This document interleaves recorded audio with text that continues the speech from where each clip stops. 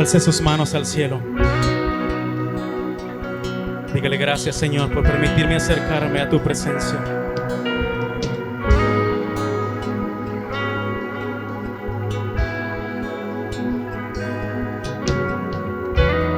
Nos sentimos inmerecedores, Señor, de poder acercarnos por nuestro pecado, por nuestra maldad, Señor, por nuestros errores. Y nuestra humanidad decimos: ¿cómo podré acercarme a un Dios que es santo, santo, santo? Pero tu palabra dice que nos acerquemos pues confiadamente ante el trono de la gracia para hallar gracia para el oportuno socorro.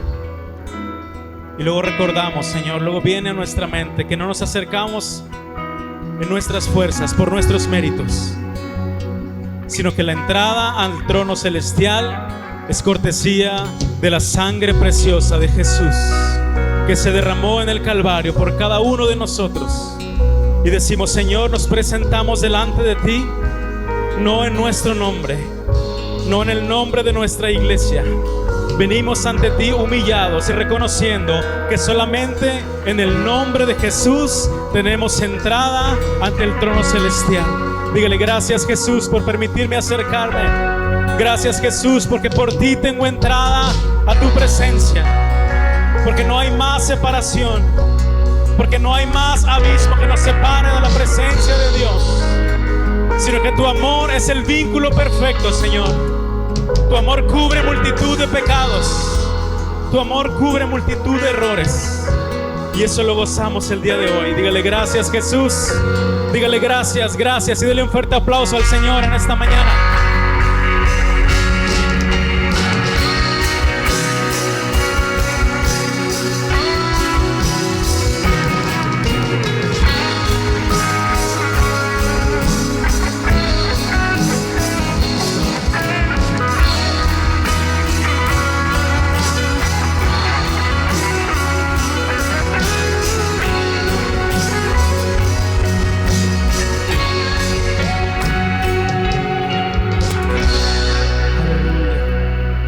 Sentir su presencia en esta mañana, hermano.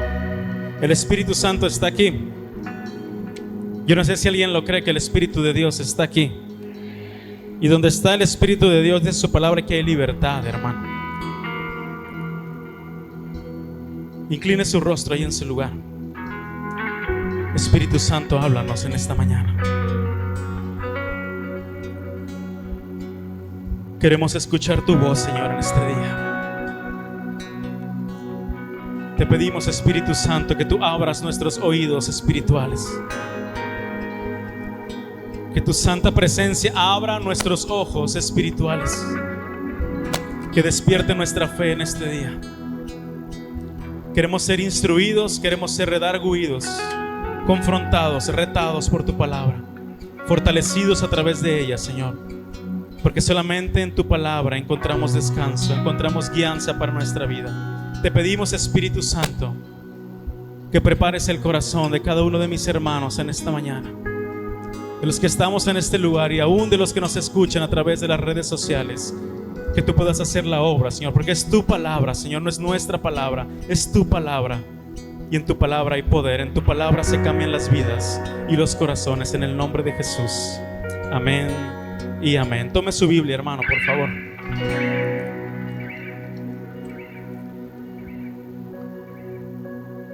Vamos a ir ahí a la segunda carta del apóstol Pablo a Timoteo, capítulo 4, versículo 1.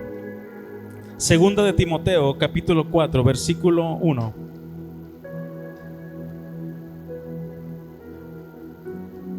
Cuando lo tenga puede decir amén.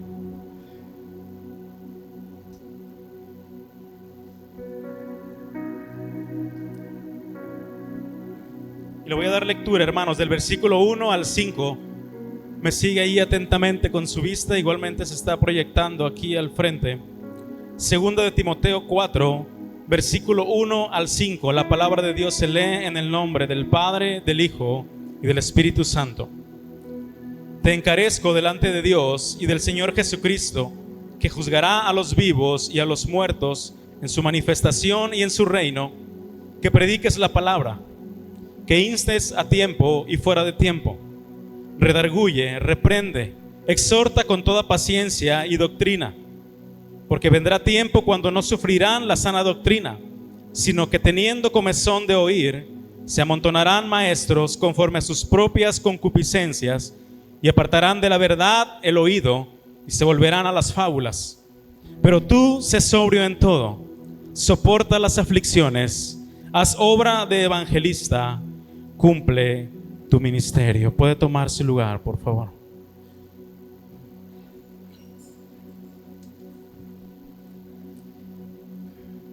El domingo pasado, hermanos, iniciamos hablando acerca del primer punto de la visión que tenemos aquí en Templo Betania. ¿De qué hablamos la semana pasada, el domingo pasado? ¿Se acuerda?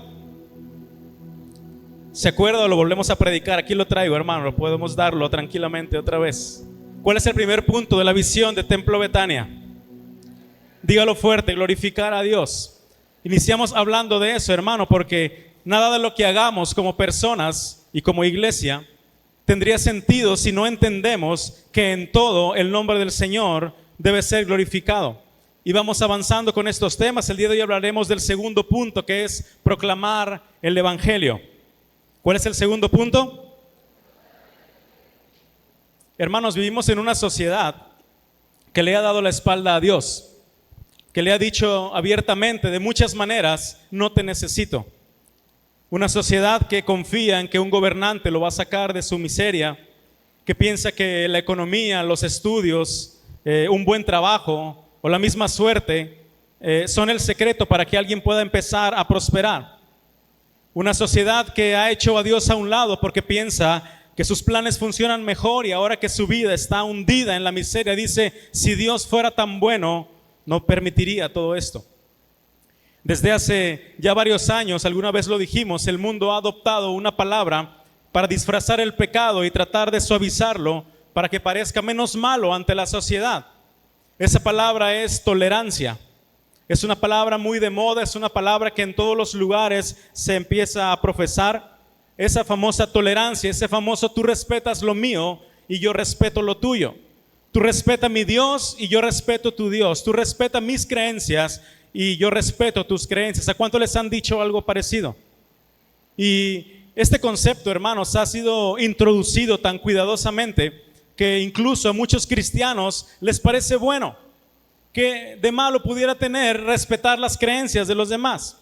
¿Qué de malo pudiera tener el que yo sea tolerante, el que yo sea respetuoso con lo que alguien cree, con la forma de vida de los demás? ¿Por qué habría yo de meterme en la forma de vida de alguien más? Es su vida. Esa persona puede hacer lo que quiera con ella. Y el otro día, hermanos, estaba leyendo algo que el autor llamaba una espiritualidad líquida. Una espiritualidad líquida, una de las cualidades, hermano, de los líquidos es que se adaptan a la forma del recipiente donde los ponga. Y eso es lo que muchas veces hacemos con nuestra fe. Eso es lo que muchas veces hacemos con nuestras propias convicciones. Las acomodamos dependiendo de la situación. Si estamos en la iglesia, adoptamos la forma de la iglesia y así es nuestra vida. Si estamos en el trabajo, entonces como que modifico mi conducta y entonces me comporto con los del trabajo. Si estoy con mis amigos cristianos, entonces me acuerdo que los cristianos no pueden hacer esto y esto y esto, y entonces adopto esa forma. Pero cuando estoy con mis amigos que no conocen a Dios, entonces como que cambian mis convicciones, como que cambia mi fe, y esa espiritualidad que es tan líquida, que no es sólida en mi vida, puede empezar a conformarse con lo que dicta este mundo. Pero hay una verdad, hermanos, que el mundo gime a causa del pecado. ¿Cuántos pueden ver ese mundo gimiendo, ese mundo sufriendo a causa del pecado? Y hay una verdad, hermanos, que cada minuto, cada segundo que pasa, cientos y miles de personas están yendo al infierno. Hay personas que cada hora que pasa están yéndose a una eternidad sin Jesús. Y tenemos tantas personas a nuestro alrededor que necesitan que alguien les hable el mensaje de salvación. ¿Y cuántas veces la iglesia de Cristo ha permanecido dormida, teniendo en sus manos la cura para la enfermedad de este mundo? Martin Luther King dijo: no me preocupa la perversidad de los malos, sino la indiferencia de los buenos. Y de esa responsabilidad que tenemos como iglesia, quiero hablarles en esta mañana. Yo oraba al Señor y le pedía al Espíritu Santo que cuando salgamos por esa puerta, hermano, cada uno de nosotros lleve una carga especial por proclamar el Evangelio. ¿Cuántos dicen amén? ¿Cuántos quieren salir con esa carga el día de hoy? Alguien dijo que el Evangelio es como un bisturí, solamente hiere para salvar. Y de esa frase viene el título de este bosquejo, un mensaje que hiere para salvar. Diga conmigo, un mensaje que hiere para salvar. Ese es el mensaje del día de hoy. Quisiera pasar este primer punto, hermanos, para los que están anotando. Un mensaje que ofende al mundo. Un mensaje que ofende al mundo. La palabra evangelio, yo creo que todos la conocemos, su significado. ¿Qué significa evangelio, hermano? ¿Qué significa? Buenas noticias. Eso significa la palabra evangelio. Y alguien puede decir, pero las buenas noticias no ofenden a nadie. El problema, hermanos, es que antes de esas buenas noticias hay un diagnóstico. Y el Señor hace un diagnóstico en nuestras vidas y primero nos revela nuestra condición. Dice la palabra de Dios que el pecador o la persona que está lejos de Dios no quiere venir a su presencia para que sus obras no sean reveladas. Pero cuando leemos la palabra de Dios, una de las cosas es que es una lámpara que ilumina nuestro interior y no solamente nos guía, sino que también expone nuestra condición. También nos revela las cosas que estamos haciendo mal. La palabra de Dios es un ungüento para nuestras heridas, pero primero nos revela la forma en que estamos ofendiendo a Dios. Por eso mucha gente no le gusta leer la palabra, porque dice, es que cada que la leo siento algo en mi corazón, siento algo que el Señor me enseña o me señala que estoy haciendo mal. Y viene el Señor y hace un diagnóstico. Es como si llegamos al consultorio del doctor porque nos sentimos mal, algo no está bien ahí en nuestra vida y el Señor nos empieza a auscultar, nos empieza a revisar. Nos revisa el pensamiento, nos escucha por ahí el corazón, abra su boca, a ver, diga, y el Señor nos empieza a revisar y empieza a hacer un diagnóstico, y hace un diagnóstico y no hay buenas noticias. El diagnóstico dice, usted está muerto. Es el diagnóstico que Dios hizo de cada uno de nosotros. Simple y sencillamente, usted está muerto. Usted no tiene aliento de vida. Y esta es la triste condición en la que se encuentra el hombre. Pero es necesario, hermanos, por eso es necesario que experimente en su vida el poder del Evangelio de Dios. Pero aún en medio de este terrible diagnóstico, hay buenas noticias, hermanos. Y este llamado a proclamar el Evangelio es tan importante, hermanos, que fue la última instrucción que les dio Jesús a sus discípulos antes de ascender al cielo. Les dijo, id por todo el mundo y ¿qué? Y predicad el Evangelio a toda criatura. Fue la última instrucción que les dio. Proclamar, hermanos, significa decir algo o publicar algo en alta voz para que los demás puedan escuchar. Eso significa proclamar. De ahí la necesidad que tenemos de hablar las verdades de Dios a las personas que están a nuestro alrededor, proclamar las buenas noticias. ¿Sabe, hermanos? Hay muchas personas que tienen mucha habilidad para proclamar las malas noticias. Hay personas que tienen todos los detalles de lo que pasó. No, ven, te voy a enseñar ayer a cuántos crees que mataron. No, mira, traigo los videos aquí. ¿Quieres que te los pase? No, es que mira, ¿sabes cuánto bajó el dólar? No, es que sabes que se cayó la bolsa de no sé dónde. No, ¿viste el terremoto de no sé dónde? No, es que sabes, están matando allá en aquel país. No, es que mira, dicen que va a pasar esto, dicen que va a pasar. ¿Cuántos conocen a alguien así? Que tiene al día todas las malas noticias, son buenos para proclamar las malas noticias. Hay otras personas que son muy buenos para vender algún producto. ¿Cuántos conocen buenos vendedores? Hay personas que dicen, no, mira, este producto, hermano, tiene esto, tiene aquello, te va a ayudar con esto, te va a ayudar aquí, te va a ayudar allá, y te empiezan a sacar, ¿verdad?, un catálogo y empiezan a proclamar ese producto y tienen todo muy perfectamente establecido. Y de repente tienen tanta habilidad, son tan buenos que te convencen que tú necesitas ese producto, que lo que ellos están vendiendo, tú necesitas también comprarlo. Pero no es tan sencillo proclamar el Evangelio de Dios, hermano. No es tan sencillo como vender un producto que cura todas las enfermedades. No es tan sencillo como vender una mala noticia que a cualquier persona le puede dar comezón en el oído y decir, ¿de verdad lo partieron a la mitad? A ver, pásame el video. Porque nuestra curiosidad, porque nuestro morbo, nuestra propia concupiscencia, decía el apóstol Pablo, nos hace querer tener comezón de oír y vivir por fábulas y vivir por ideas, por ideologías, hermanos. Pero nosotros sabemos, hermanos, que no es tan sencillo predicar el evangelio, porque a mucha gente el mensaje del evangelio le parece ofensivo. Puede decirle cualquier cosa a una persona y esa persona va a aguantar, como decimos coloquialmente. Podemos decirle cualquier perversidad y esa persona no se va a ofender. Podemos decirle cualquier mala noticia, cualquier cosa, quizá hasta doble sentido, y esa persona va a estar tranquilo, pero háblele del evangelio de Cristo y esa persona se va a ofender. Porque a nadie le gusta que le digan lo que está haciendo mal. Porque el evangelio siempre ofenderá, porque nos revela que tenemos una necesidad que no podemos satisfacer, algo que no podemos obtener por nosotros mismos o alcanzar por nuestros propios méritos. Por eso a alguien le puede decir: ¿y a ti quién te dijo que yo necesito a Jesús? ¿Quién te dijo que estoy en problemas? ¿A ti qué te importa cómo vivo? ¿Por qué no te preocupas por tu vida? Y déjame vivir la mía. Porque la gente se ofende, porque el evangelio es ofensivo para el humano. El poder del evangelio es la medicina que el hombre necesita para su enfermedad, hermanos. Son las buenas noticias de salvación para todo aquel que cree. Pero no es sencillo, hermanos, para una persona escuchar que está en problemas. No es sencillo saber cuál es su condición y reconocer que no puede hacer nada para solucionarlo. No es sencillo para alguien escuchar que la única manera en que puede acceder a la salvación es humillarse y aceptar el regalo de Dios. ¿De qué manera puede ser ofensivo el evangelio, hermanos? ¿De qué manera puede llegar a ser ofensivo el mensaje de salvación? El evangelio puede ser insultante, hermanos, para alguien al decirnos que Jesús tuvo que morir por nosotros. El evangelio nos revela que somos tan malos que solamente la muerte del Hijo de Dios pudo salvarnos.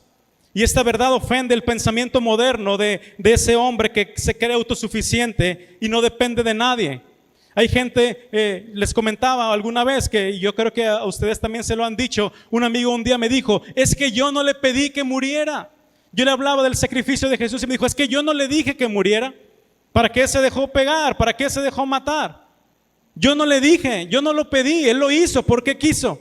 La gente se ofende que el Hijo de Dios tuvo que morir para perdonar nuestros pecados porque pensamos que somos autosuficientes. Yo no necesito de ese Dios. Yo no necesito de ese Jesús del que tú hablas. El evangelio puede insultarnos, hermanos, al decirnos que tratar de ser buenos y espirituales no es suficiente. Nos remarca, hermanos, que ninguna buena persona se va a salvar, solamente los que se acercan a Dios a través de Jesucristo.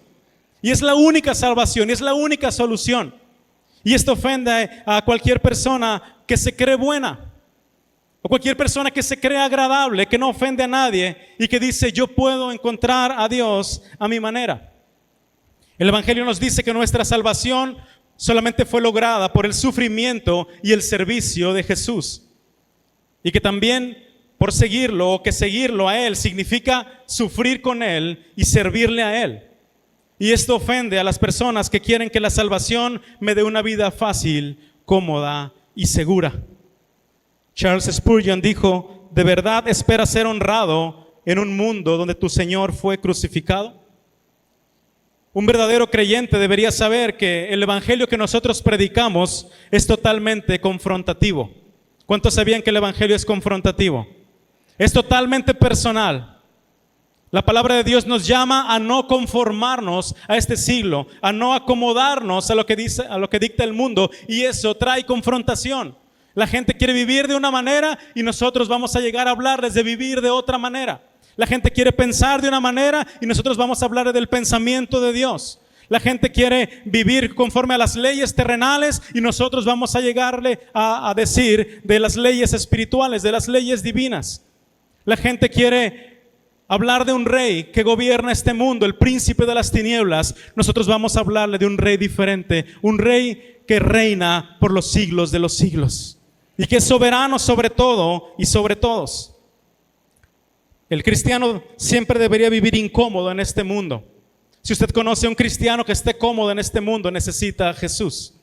Si usted conoce a alguien, algún cristiano que diga, qué tranquilo estoy, qué bien me la estoy pasando, ojalá Cristo nunca venga. Ojalá Cristo nunca venga, porque me está yendo tan bien, hermano Gustavo. Yo quisiera que Cristo jamás viniera. No, ya puse un negocio y estoy por poner el segundo. Ya tengo 2 hijos, me falta el tercero. No, ya conocí Roma y París y me falta conocer todavía Grecia. Estoy tan contento. Señor, no vengas todavía. Alguien puede orar para que Cristo no venga. Déjame hacer mis planes. Estoy tan cómodo en este mundo. Pero el verdadero creyente, la oración de un verdadero creyente debería ser cada día: ven, Señor Jesús. Dice el libro de Apocalipsis que el Espíritu y la esposa dicen ven. Dicen ven. El creyente debería estar sufriendo en este mundo, en el sentido de que somos ofendidos, que este mundo nos aflige, que las tribulaciones nos afligen, que queremos estar ya en las moradas celestiales.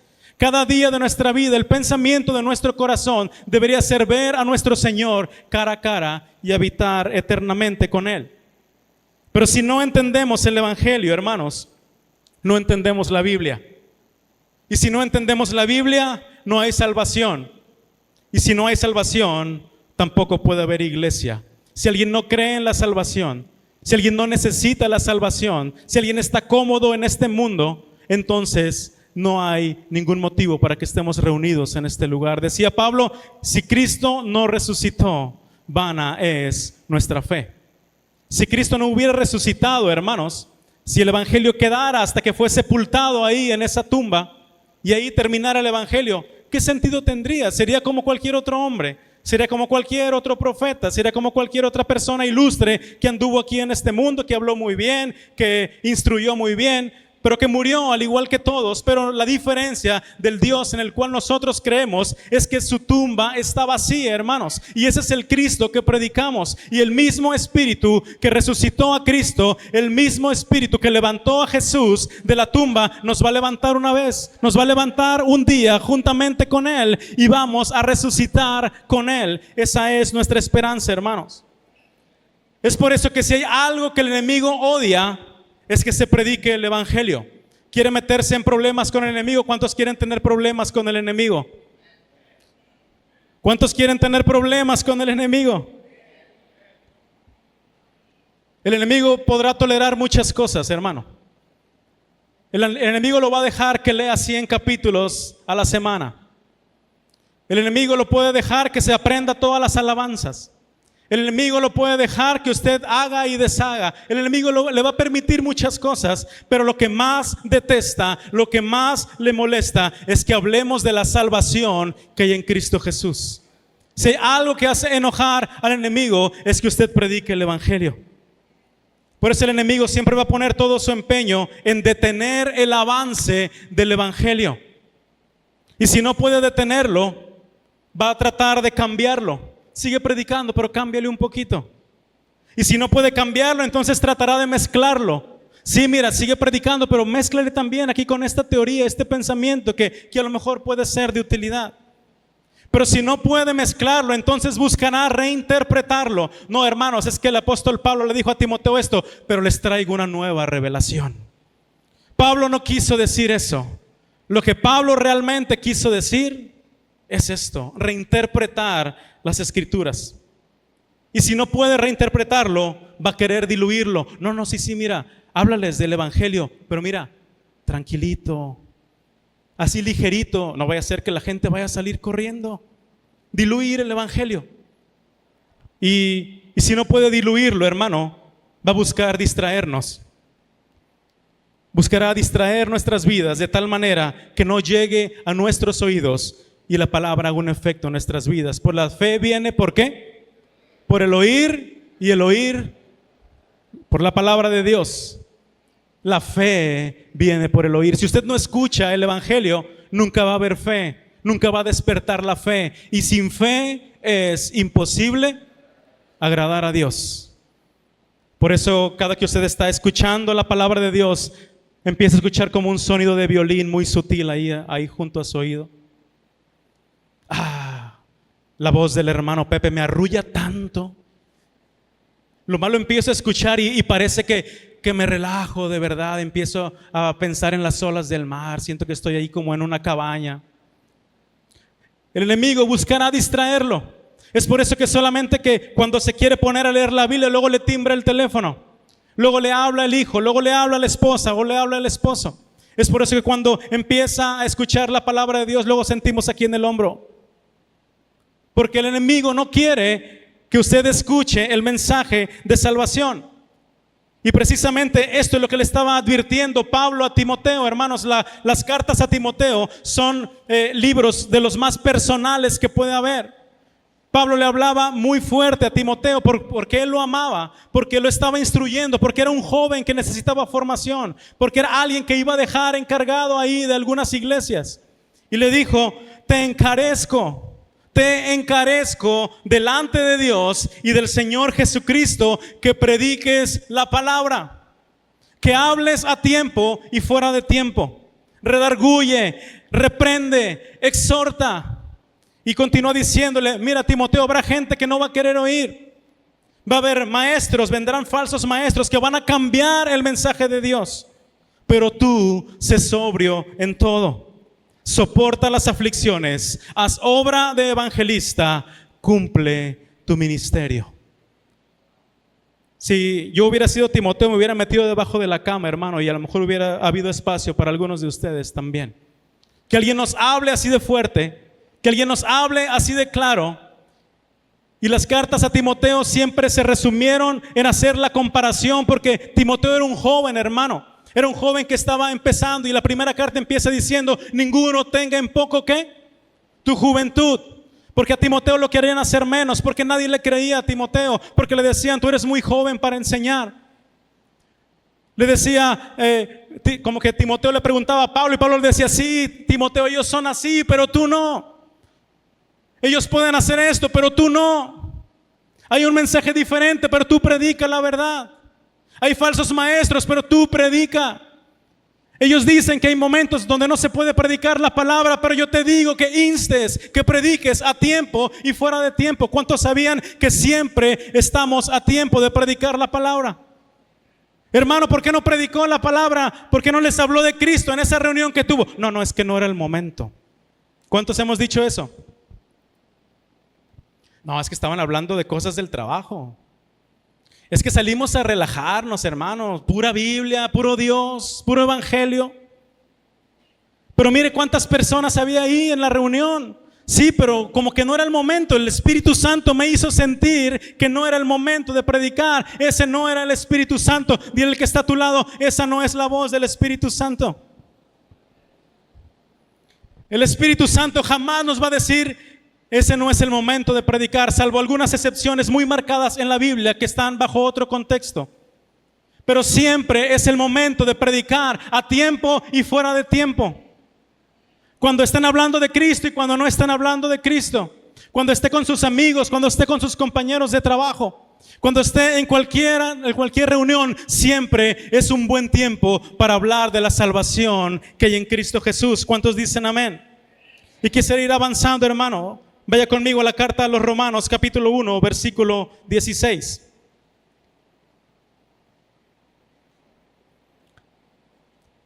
Romanos 1, 16 y 17.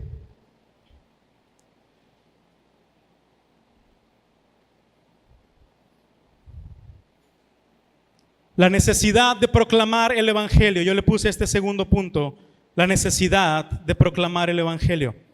Romanos 1, 16 y 17, versículos muy conocidos. Dice: porque no me avergüenzo del evangelio, porque es poder de Dios para salvación a todo aquel que cree, al judío primeramente y también al griego. Porque en el evangelio la justicia de Dios se revela por fe y para fe, como está escrito: mas el justo por la fe vivirá. Amén. ¿Por qué no debemos avergonzarnos del evangelio? Dice la Biblia, hermanos, que Jesús sufrió la cruz y menospreció el oprobio porque había un gozo mayor puesto delante de él. A Jesús, hermanos, lo acusaron injustamente. Lo golpearon, lo azotaron, lo escupieron. Lo vistieron de rey con una corona de espinas para burlarse de él. Lo desnudaron, Le dieron la muerte más vergonzosa de aquel tiempo, que era morir crucificado. La cruz solamente estaba reservada para los peores criminales. Le pusieron un letrero en su cruz en tono de burla: este es Jesús, el Rey de los judíos. Y todo eso fue oprobio y vergüenza pública. Fue deshonra para Jesús. En otras palabras, Él hizo a un lado el sufrimiento y la vergüenza que estaba pasando y se enfocó en el gozo que había delante de Él. ¿Cuál gozo, hermanos? Jesús sabía que era necesario que Él muriera y resucitara para que hubiera salvación para todos nosotros. Él sabía que con su muerte y resurrección salvaría a toda la humanidad. Entonces, ¿por qué no me avergüenzo del Evangelio?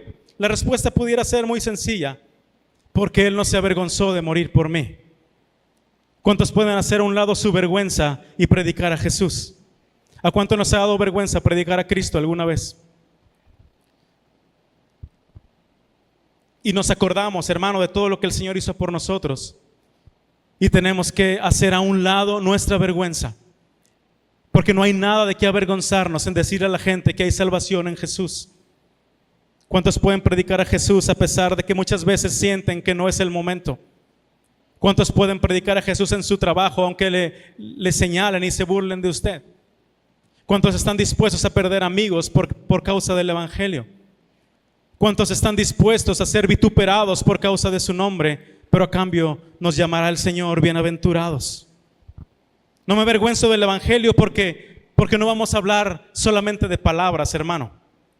En el Evangelio se unen las palabras y el poder.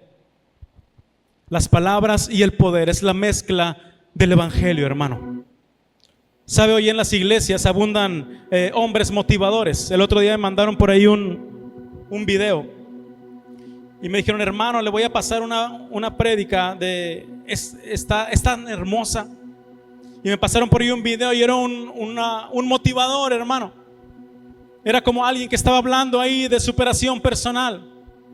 Era una persona que tenía a toda la audiencia aplaudiendo y apenas dejaban de aplaudir y ya aplaudían otra vez, porque era una persona tan elocuente.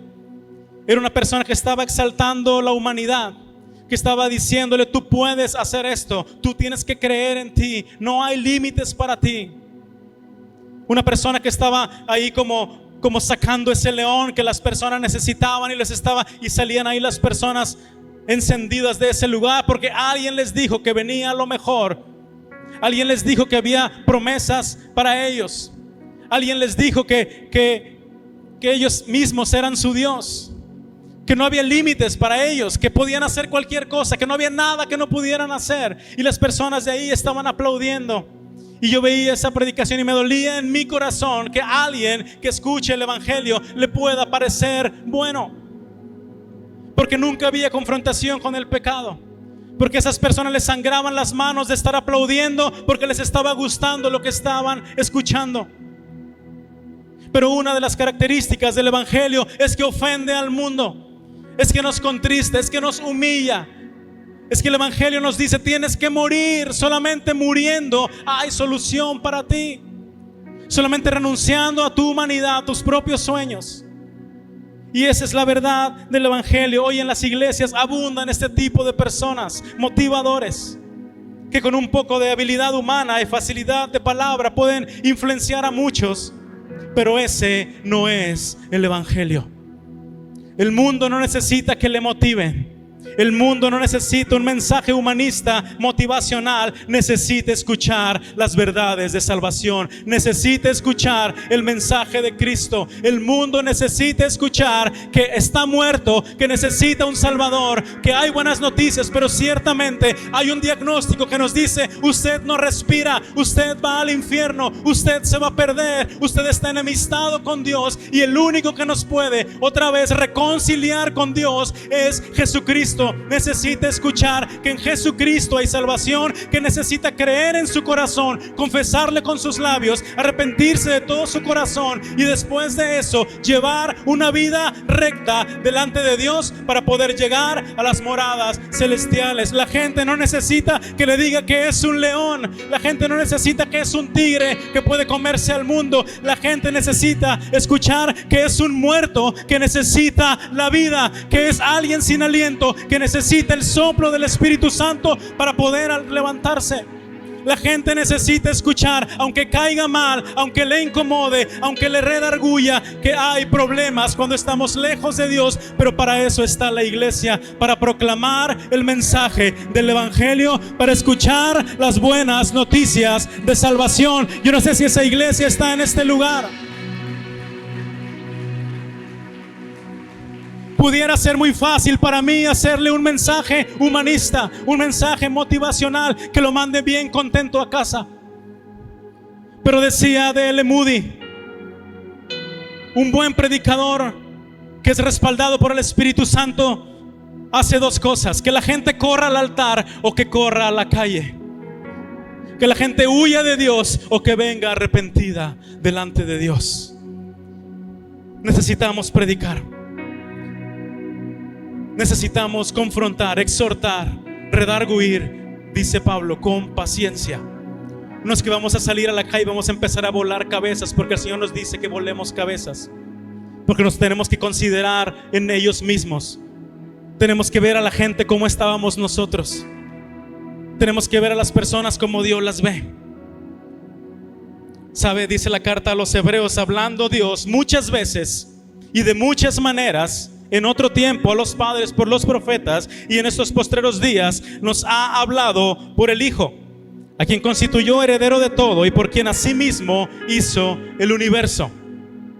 Vaya conmigo rápidamente, 2 de Corintios 5:20.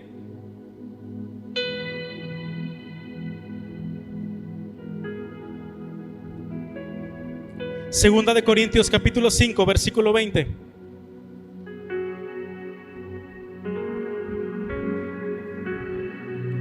Dice la palabra: así que somos ¿qué? Dígalo fuerte. Somos embajadores en nombre de Cristo. Escuche lo que el Señor dice a su iglesia. Dice: como si Dios rogase por medio de ¿quién? Dígalo fuerte, diga nosotros. Dígale que está a su lado, nosotros. Dígale que está al otro lado, dígale nosotros.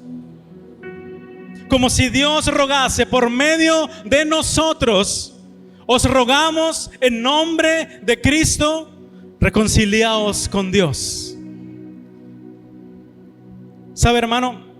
Cuando alguien tiene que hablar muchas veces y de muchas maneras, quiere decir dos cosas. Primero, que la gente no está escuchando, o bien que están escuchando pero no están entendiendo. Dice la carta a los Hebreos que a pesar de nuestra falta de voluntad por escuchar al Señor, Dios muestra un enorme interés por acercarse a nosotros. Ese Dios tan grande que sopló las galaxias, que hizo los cielos y la tierra, nos debería asombrar, hermanos, cómo es tan persistente, tan amoroso, tan paciente, que con una gran creatividad trata de acercarse a nosotros. Es persistente porque dice que ha hablado muchas veces. ¿A cuántos el Señor nos ha hablado muchas veces? Es creativo porque lo ha hecho de muchas maneras. Y nos damos cuenta que una de las características de Dios es que Dios habla. A Dios le gusta la comunicación. Le habló a Adán en el Edén, le habló a Caín cuando le preguntó por su hermano, le habló a Noé cuando le dio las instrucciones para la salvación del mundo, le habló a Abraham muchas veces de los planes que tenía para él y para su descendencia, le habló a Jacob por medio de un sueño, le habló a Moisés desde una zarza. El Señor habló por medio de sus mandamientos y también por boca de profetas, por tantos profetas mayores y menores en el Antiguo Testamento, pero la gente lo ignoró. Pero dice este pasaje que leímos que en estos últimos tiempos Dios ha hablado por medio de ¿quién? Por medio de su Hijo Jesucristo. Pero sabe, el ministerio de Jesús en este mundo fue breve. Duró alrededor de 3 años y medio, y cuando ascendió al cielo envió al Espíritu Santo y nos dejó una gran comisión a nosotros, hermanos. a su iglesia: proclamar el evangelio a toda criatura. Sabe, hermanos, si el Espíritu Santo nos revelara claramente lo que significa este versículo que leímos, 2 de Corintios 5:20, debería hacer que cayera en nosotros un temor y un temblor tan grande que haría que le habláramos de Cristo a toda persona que se nos cruzara. Dice que somos embajadores de Cristo en este mundo. ¿Qué hace un embajador en un país extranjero? ¿Qué hace un embajador en el extranjero, hermano? Es el representante de una nación. Somos representantes del reino de Dios aquí en la tierra. Dice que somos embajadores, que somos representantes del reino de Dios en la tierra. Que ahora la iglesia, que ahora su iglesia es la voz de Dios que le ruega al mundo que vengan y se reconcilien con Dios. Usted es la voz de Dios. Usted son los labios de Dios. Usted tiene el mensaje de Dios. Usted tiene el conocimiento de la palabra de Dios. Para eso usted fue alcanzado, porque Dios ya no habla por medio de su Hijo, ya no habla por medio de los profetas. Ahora dice que nosotros somos los representantes de Dios, como si Dios rogase al mundo por medio de nosotros: reconciliaos con Dios. ¿Sabe? Cuando salimos a evangelizar, estamos hablando en el nombre de Dios. Porque Dios no se puede aparecer a la gente y decirle: reconcíliate conmigo, estás en problemas conmigo. Por eso tiene una iglesia que es la boca de Dios, que es la voz de Dios, que se para delante del perdido y le dice: necesitas reconciliarte con Dios. Te ruego en el nombre de Cristo que vengas y ajustes tus cuentas con Él. Te ruego en el nombre de Dios que te arrepientas de tus pecados. Vengo a hablarte de una salvación, porque hay una eternidad sin Jesús si no te arrepientes. Pero te vengo a hablar de las buenas noticias. Las buenas noticias es: a pesar de que estás muerto, hay uno que te puede dar vida. A pesar de que estás en problemas, hay uno que viene a reconciliarte con el Padre. Muchas personas piensan que Jesús murió solamente para perdonarnos. Y es verdad que Él llevó el peso de nuestros pecados en la cruz y que somos perdonados cuando creemos en Él. Pero eso es solamente la mitad de la salvación, hermanos. Si solamente fuera eso, entonces recibiríamos cuando venimos a Él como un borrón y cuenta nueva, y vuelve a empezar y arréglatelas tú solo como puedas. Pero la salvación de Jesús no es que nos perdona y nos regresa y nos deja a la deriva, sino que descubrimos, hermanos, que aparte de que nos salvó, que nos quitó la pena de muerte, también viene y nos cuelgan una medalla, hermanos. Y somos reconocidos, somos recibidos como héroes, como si hubiéramos hecho algo extraordinario. Cuando el hijo pródigo regresó a su padre, él sabía su condición, él sabía lo que había hecho, y llegó totalmente arrepentido y le dijo: Padre, déjame quedarme, déjame como uno de tus jornaleros, recíbeme como uno de tus jornaleros. Ya no soy digno de ser llamado tu hijo. Pero el padre, ¿qué hizo, hermano? Le recibió con honores.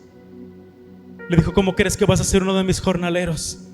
Y empezó a llamar a sus sirvientes y le dijo: pónganle el mejor vestido. Maten el becerro más gordo, pongan el anillo en su mano. Vamos a comer, vamos a hacer fiesta, porque mi hijo estaba muerto y ha revivido. El que se había perdido ha sido encontrado. Así nuestro Padre Celestial nos recibe y nos premia como si hubiéramos hecho algo bueno, hermano. El Evangelio nos muestra, por un lado, lo airado que estaba Dios contra el pecador, pero por otro lado me recuerda que Cristo removió esa ira. El Evangelio me enseña que el culpable nunca quedará impune, pero también me recuerda que Cristo me declaró inocente. El Evangelio me enseña que el pecado siempre va a ser juzgado, pero me recuerda también que Cristo fue a ese juicio por mí. El Evangelio me demuestra que el pecador es digno de muerte, pero me recuerda que Cristo ya murió por mí. El Evangelio me muestra que la muerte es un enemigo poderoso, pero me recuerda también que la tumba no pudo retener a Cristo, que murió en mi lugar. El mundo necesita la salvación. Esa es la tarea que tú y yo como iglesia tenemos la necesidad de seguir proclamando. Y es verdad que son buenas noticias, hermanos, pero no es fácil llevar un mensaje que ofende al mundo, porque la gente no entiende que el Evangelio de Cristo es un mensaje que hiere para salvar. Póngase de pie, por favor.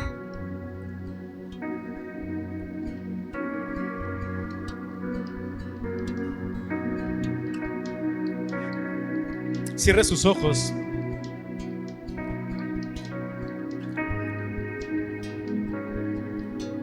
Cierre sus ojos. El Espíritu Santo está aquí. Y hoy quiero que hagamos una oración diferente, hermano. Normalmente nosotros venimos al Señor, y así lo dice su palabra, para echar nuestras cargas sobre Él, y Él nos hace descansar. Pero el día de hoy, hermano, hay una necesidad urgente en la iglesia por proclamar el Evangelio. Y mi oración ha sido y seguirá siendo, hermano, si quisiera que nos uniéramos en oración, para que hoy, si bien es cierto, venga y deje sus cargas, hoy se lleve una carga diferente. Hoy se lleve una carga por predicar el Evangelio de Cristo. Pero no es fácil añadir una carga más a nuestra vida, hermano. Sé que quizás estamos cargando muchas cosas, pero hay una gran necesidad de que alguien vaya y predique el mensaje de salvación. A lo mejor tú sí lo haces. A lo mejor lo haces, pero no lo haces como deberías estarlo haciendo. O a lo mejor ni siquiera estamos hablando de Cristo a los demás, sabiendo que no tenemos garantizada nuestra vida, sabiendo que esos compañeros de trabajo en cualquier momento pueden morir, que sus familiares en cualquier momento pueden morir, que sus vecinos en cualquier momento pueden ser llamados a cuentas, que sus amigos en algún momento serán llamados a cuentas. Y nosotros hemos sido irresponsables con ellos porque conocemos la verdad del Evangelio. Levante sus manos, iglesia, y dígale: Señor, pon esa carga sobre mí. Quiero salir de este lugar con una carga especial por predicar el Evangelio, por proclamar el Evangelio. Que cuando salga de este lugar usted pueda ver a la gente con compasión. Usted pueda ver un alma que está perdida y que si muere va a ir a una eternidad sin Jesús. Que usted se empiece a compadecer de su familia, que se empiece a compadecer de sus amigos, que se empiece a compadecer de sus compañeros de trabajo. Dile: Señor, abre mis labios. Señor, abre mis labios para predicar, para proclamar, para exhortar, para redarguir, para reprender, para hablar de la salvación que hay en Cristo Jesús. Señor, quita mi vergüenza. No me quiero avergonzar del Evangelio, porque es poder de Dios.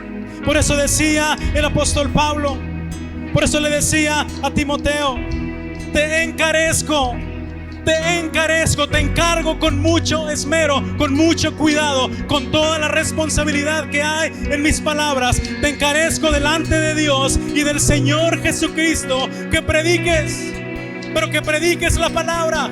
Que proclames las buenas noticias, no que hables de las malas noticias, no que hables de los chismes, no que hables de las redes sociales, no que hables de los programas de televisión, no que sigas hablando de los partidos de fútbol. Te digo, te encarezco que prediques la palabra, que hables a tiempo y fuera de tiempo. Te encargo que redarguyas, que reprendas, que exhortes con paciencia, que exhortes con doctrina.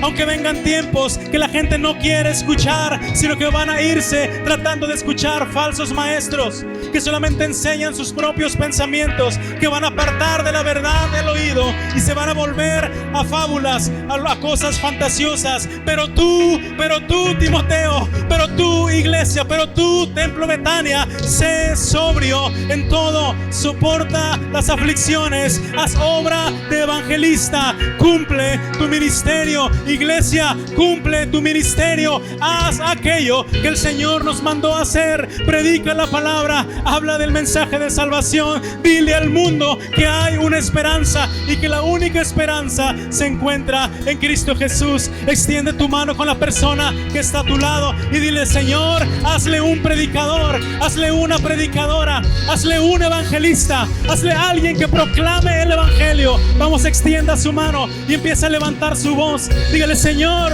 pon el mensaje en su boca, pon el mensaje en su corazón. Necesitamos hacerlo como iglesia. Necesitamos proclamar el Evangelio de Cristo. Hay mucha gente hablando de malas noticias, hay mucha gente hablando de otras cosas, pero no hay mucha gente que hable la verdad de Jesús. Sea usted alguien que cumple su ministerio, que cumple su ministerio en el nombre de Jesús, en el nombre de Jesús. Dile: Señor, ayúdame, ayúdame a predicar, ayúdame a predicar, ayúdame a hacer la obra de evangelista, ayúdame a predicar la verdad de la palabra, la verdad del evangelio, en el nombre de Jesús, en el nombre de Jesús. Que de este lugar salgan hombres y mujeres llenos de tu presencia, valientes, sin ningún tipo de vergüenza, que puedan hablar la verdad de Jesús. No me avergüenzo del evangelio, porque es poder de Dios para salvación a todo aquel que cree. Hay salvación en Cristo Jesús. No te avergüences, porque Él no se avergonzó de morir por ti. Él no se avergonzó de ser deshonrado, de ser vituperado, de padecer el oprobio y la vergüenza pública, porque tenía un gozo mayor delante de Él, que era darle salvación a toda la humanidad.